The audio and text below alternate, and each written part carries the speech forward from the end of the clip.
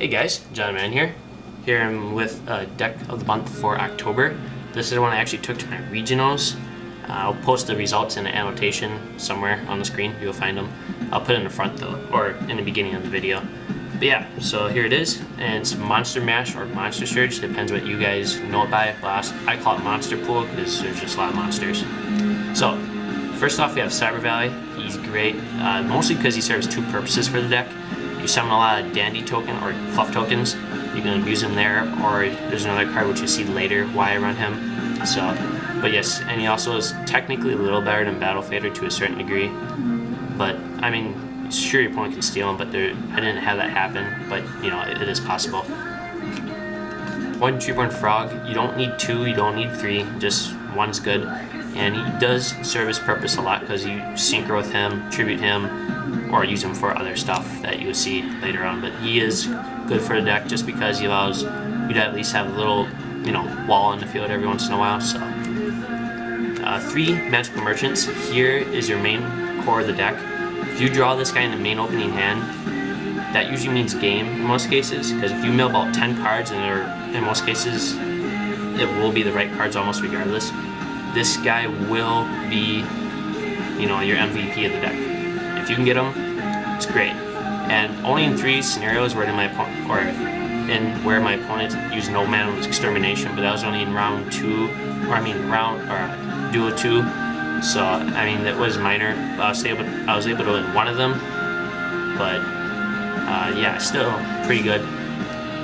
And just because your deck is not entirely centered around him, but if you can get him out, it's good.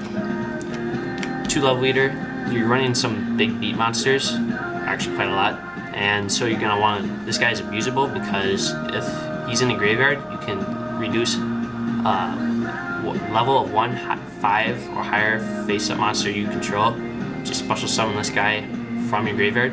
So, and then you can only tribute him for tribute summons, or you can use him for synchro summons. So, or just a big wall if you want to.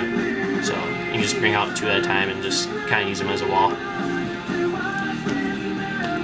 2 Vayus, because you'll be seeing why we're running this guy. But it's obvious so because we're using Magical Merchant.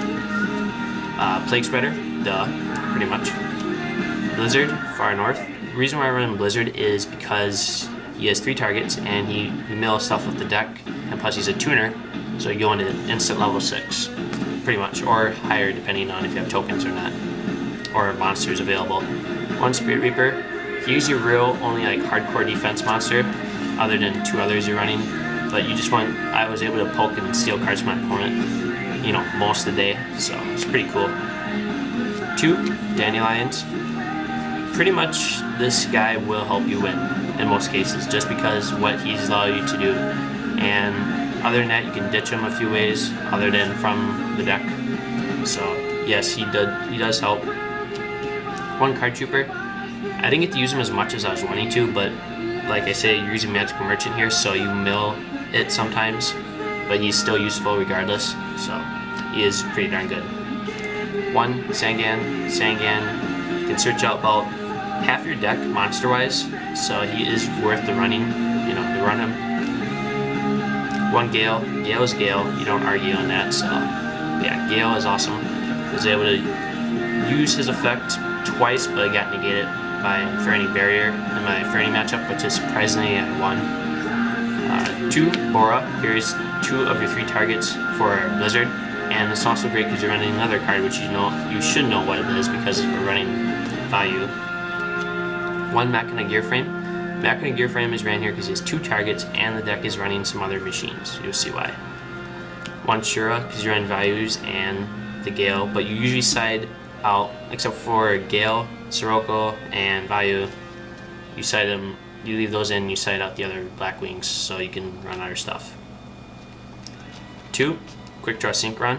Quickdraw Synchron's in here because you're running a lot of level 1, so you can create level 6, level 7 synchros, but only certain ones, of course, obviously.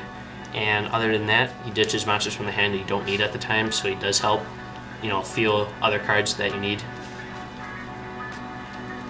2 Siroccos. Yes, 2 Siroccos. Helps in the Blackwing matchup, although I only faced 1 Blackwing deck the whole day. But otherwise, yes, this card, it was darn good, pretty darn good. So yeah.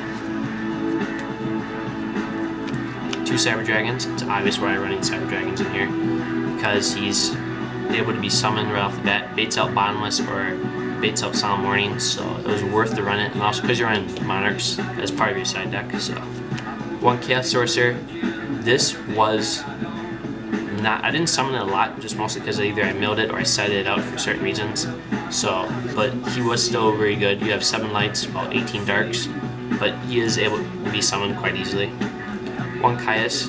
You don't really need a lot of Monarchs in the main unless you want it, but I sided in the Monarchs when I went to. 1 Jinzo. Jinzo helped me actually win a game against my Infinity matchup because I was able to go Cold Wave, Cyber Dragon, Tribute, and summon Jinzo. He couldn't do anything after that because 1, he was under Cold Wave, and secondly, now I have Jinzo on the field, so you can't use Infinity Barrier from there on. He had to book it when he was able to do it, defeat it, but I followed up with a win still that same game. So, and then 2, Machina Fortress. Obviously, the reasons why I run Cyber Dragon, Card Trooper, and Cyber Valley, because you can ditch Machina Fortress of Cyber Valley for perfect level 8, and also because Cyber Valley also worked great in the deck anyways. But yeah, Machina Fortress, I usually confuse people when I summoned weird stuff. And I'm like, wait, what is this deck? And I still won in most cases, but yeah. 1 Gore's Emissary of Darkness. Obvious Gore's. You're running no traps. You're running pretty much almost barely any monsters that keep you alive in most cases. Your deck will work though, trust me. But I mean, Gore's is just Gore's. 2 Light and Darkness Dragons, the main boss monster, because you summoned it, you usually did it when your opponent had like little to nothing to work with, or if you just did it anyways early game just so they'd waste their stuff, and then if they destroyed it, you usually went for Gore's, Machina Fortress, Jinzo, or a beatdown monster, or just something to stall for time. Not game time, just time till you get what you need it. So, but yes, Light and Darkness Dragon. You think 2 is too much?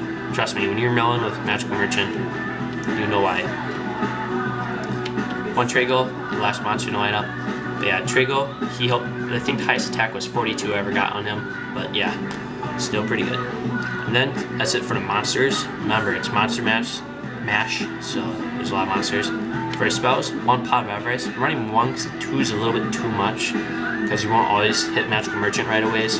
So you just gotta make sure that at least you have 1, because you don't want to entirely mill your deck or run out of something you may need. 1 Monster Reincarnation. This is over my 2nd pot, just because I'm able to select a certain card from the deck I want and need. Just take it. 1 Monster Reborn. Duh. 1 Giant Trunade and 1 Cold Wave. Since obviously Heavy Storm's banned, so we can use these 2. And when you usually play these, that means you're usually going for game. You try to go for game whenever you bust one of these out. So just make sure because for Magical Merchant you mill most of your deck and then just do a lot of shenanigans. And then for the extra side deck, 1 Enemy Controller. You run it because you're running Dandy tokens, a bunch of stuff. But you can't use Level Eater with this, so mind that. 1 Creature Swap. You swap your weak monsters for bigger ones. It just works like that. Then we have Effect Veiler for the monster lineup. Effect Veiler, I didn't get to use it much, but I was able to, if I wanted to, actually, I probably would have won, I'm not for sure though, but I probably would have won if I used it up in my Blackwing matchup because they had Sirocco on the field, and I didn't use it, but oh well. The guy had Kalute in the hand anyways, so he would have practically won anyways. I checked the next card and it was Titanial. Like, darn. 1 Snowman Eater, great in the stun matchup or X-Saber matchup. There we go. Brain fart. But yes, Snowman Eater is great just because you're able to pop a monster. And as a matter of fact, I did get to use him in my X-Saber matchup. But the problem was they had Stardust Dragon on the field, but kept him from attacking further on. So 1 Lone Fire Blossom because we're running Dandy and another monster, which you probably, if you remember the name of. 1 Necrogarna.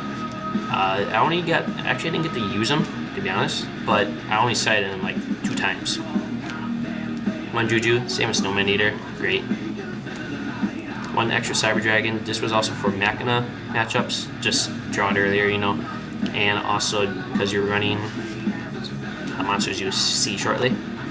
One, Elector, Sovereign of Birds. I think I said that part right. This guy's great because one, he's 2400 beater and 2000 defense, but also his effect is very good.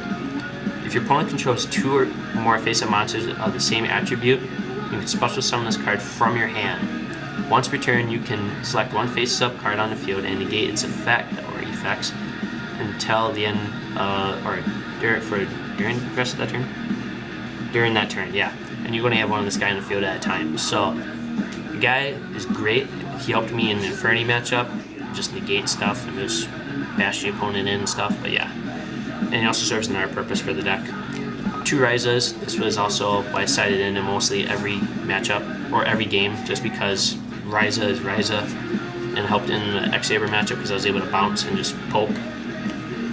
2 Caius, also really great, besides Ryza. Ryza is not as great as Caius though. 1 Dark Simorgh. This is a reason why I ran the Ryzas also, was because you can summon Dark Simorgh with him. Another thing is that you're running Magical Merchant, so this card is abusable either way, even if it hits the grave, because you can remove a Wind and a Dark from the hand to summon this guy from the grave, so really good. And 1 Titanium. Another reason why I ran Nullifier, and its Wind attribute, so yeah, service for Dark Simorgh. Then real quickly for the extra deck, 1 Chimera Tech Fortress Dragon.